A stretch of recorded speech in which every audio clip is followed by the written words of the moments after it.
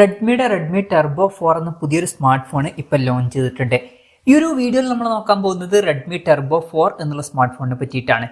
നമ്മൾ ആദ്യം ഫീച്ചേഴ്സും കാര്യങ്ങളൊക്കെ നോക്കുകയാണെന്നുണ്ടെങ്കിൽ ഡിസ്പ്ലേയുടെ കാര്യത്തിൽ റെഡ്മി ടെർബോ 4ൽ 6.6 ഇഞ്ചിന്റെ 1.5K റെസൊല്യൂഷനിൽ വരുന്ന ഡിസ്പ്ലേ ആണ് വരുന്നത്. അപ്പം ഇതിൽ ഫുൾ HD റെസൊല്യൂഷനേക്കാളും ബെറ്റർ ആയിട്ടുള്ള റെസൊല്യൂഷനൊക്കെ വരുന്നുണ്ട്. പിന്നെ OLED പാനലുമായിട്ടാണ് ഈ ഒരു സ്മാർട്ട് ഫോൺ വരുന്നത്. ഫ്ലാറ്റ് ആയിട്ടുള്ള ഡിസ്പ്ലേ ആണ് ഇതിൽ കൊടുത്തിരിക്കുന്നത്. പഞ്ചോൾ ഡിസൈൻ വരുന്നുണ്ട്. പഞ്ചോൾ വരുന്ന ടോപ്പ് സെൻറ്റർ ഭാഗത്തായിട്ടാണ്. 120 ഹെർട്സിന്റെ റിഫ്രഷ് റേറ്റ് ഇതിൽ സപ്പോർട്ട് ചെയ്യുന്നുണ്ട്. 480 ഹെർട്സിന്റെ ടച്ച് സാമ്പിളിംഗ് റേറ്റും ഇതിൽ വരുന്നുണ്ട്. പിന്നെ 2560 ഹെർട്സിന്റെ ഇൻസ്റ്റന്റ് ടച്ച് സാമ്പിളിംഗ് റേറ്റ് എന്നുള്ള ഫീച്ചറും വരുന്നുണ്ട്. പിന്നെ ഡോൾബി വിഷന്റെ സപ്പോർട്ടൊക്കെ ഇതിൽ വരുന്നുണ്ട്. 1920 ഹെർട്സിന്റെ PWM ഡിമ്മിംഗ് എന്നുള്ള ഫീച്ചറും ഇതിൽ വരുന്നുണ്ട്. പീക്ക് ബ്രൈറ്റ്നസ് 3200 നിറ്റ്സ് വരെ വരുന്നുണ്ട്. ഗൊറില്ല ഗ്ലാസ് 7യുടെ പ്രൊട്ടക്ഷനും ഇതിൽ വരുന്നുണ്ട്. അപ്പം ഈ ഒരു ഫോണിൽ അത്യാവശ്യം നല്ല ഡിസ്പ്ലേ ഫീച്ചേഴ്സും കാര്യങ്ങളൊക്കെ വരുന്നുണ്ട് എന്ന് തന്നെ പറയാവുന്നതാണ്. പ്രത്യേകിച്ച് 23,500 രൂപ പ്രൈസ് റേഞ്ചിൽ.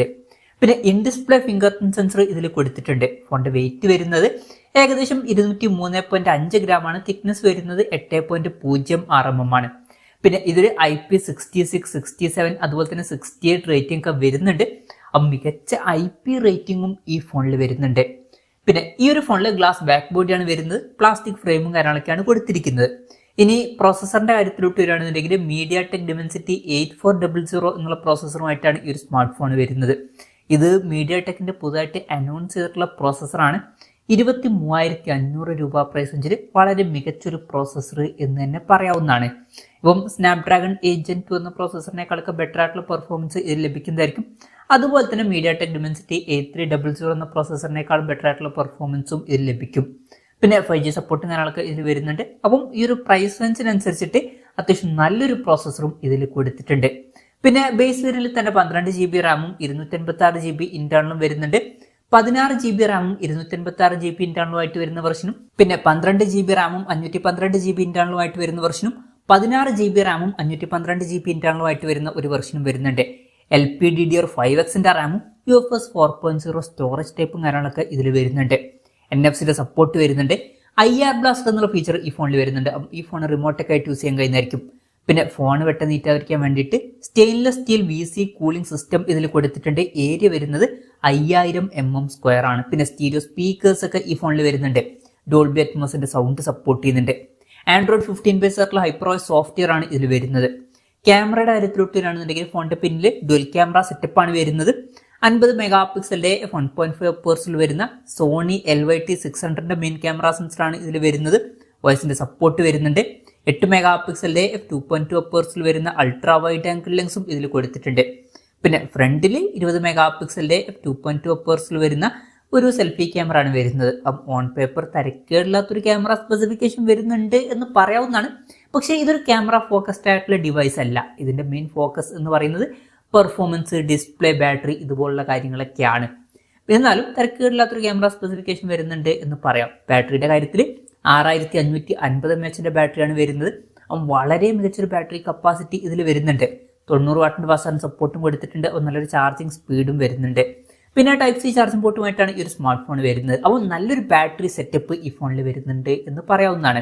അപ്പം ഇതൊക്കെയാണ് ഫീച്ചേഴ്സിനെ പറ്റി പറയാനുള്ള കാര്യങ്ങൾ. പിന്നെ ഈ ഒരു സ്മാർട്ട് ഫോൺ ഇപ്പം ഇന്ത്യൻ മാർക്കറ്റിൽ ലോഞ്ച് ചെയ്തിട്ടില്ല. ഇപ്പം ചൈനീസ് മാർക്കറ്റിലാണ് ഈ സ്മാർട്ട് ഫോൺ ലോഞ്ച് ചെയ്തിരിക്കുന്നത്. ചൈനീസ് മാർക്കറ്റിൽ ഈ സ്മാർട്ട് ഫോൺ ലോഞ്ച് ചെയ്തിരിക്കുന്നത് 1999 യുവാൻ എന്ന പ്രൈസിങ്ങിലാണ്. അതായത് 23,500 രൂപ പ്രൈസ് റേഞ്ചിൽ. ആ ഒരു പ്രൈസ് റേഞ്ചിൽ ഈ പറഞ്ഞിട്ടുള്ള ഫീച്ചേഴ്സ് എങ്ങനെയുണ്ട് എന്ന് വെച്ചാൽ വളരെ മികച്ച ഫീച്ചേഴ്സ് ആണ് എന്ന് തന്നെ പറയാവുന്നതാണ്. ഇപ്പോൾ മികച്ച ഡിസ്പ്ലേ ഫീച്ചേഴ്സ് വരുന്നുണ്ട്. നല്ലൊരു IP റേറ്റിംഗ് കൊടുത്തിട്ടുണ്ട്. മികച്ച പ്രോസസ്സർ വരുന്നുണ്ട്. നല്ലൊരു ബാറ്ററി സെറ്റപ്പും കൊടുത്തിട്ടുണ്ട്. ഓൺ പേപ്പർ ക്യാമറ സ്പെസിഫിക്കേഷനും വലിയ തിരക്കുകളില്ലാത്ത സ്പെസിഫിക്കേഷനൊക്കെ തന്നെയാണ്.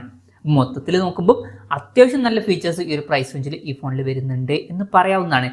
ഇനി ഇന്ത്യൻ മാർക്കറ്റിൽ ഈ ഫോൺ ലോഞ്ച് ചെയ്യുമെന്ന് വെച്ചാൽ ഇന്ത്യൻ മാർക്കറ്റിൽ ഈ ഫോൺ പോക്കോ ബ്രാൻഡിങ്ങിൽ ലോഞ്ച് ചെയ്യുമെന്നുള്ള കാര്യം ഒഫീഷ്യലായിട്ട് കൺഫേം ആയിട്ടുണ്ട്.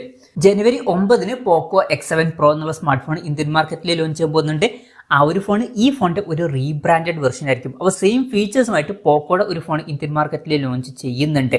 പിന്നെ ചിലപ്പം റെഡ്മി ബ്രാൻഡിങ്ങിൽ വേറെ ഏതൊക്കെ പേരിലായിട്ട് ഒരു ഫോണും ലോഞ്ച് ചെയ്തേക്കാം. എന്തായാലും അതിനെ പറ്റിയിട്ടുള്ള കൺഫർമേഷൻസ് ഇപ്പം പുറത്തു വന്നിട്ടില്ല. പോക്കോയുടെ കാര്യത്തിൽ X7 Pro ഇപ്പം ഒഫീഷ്യലായിട്ട് കൺഫേം ആയിട്ടുണ്ട്.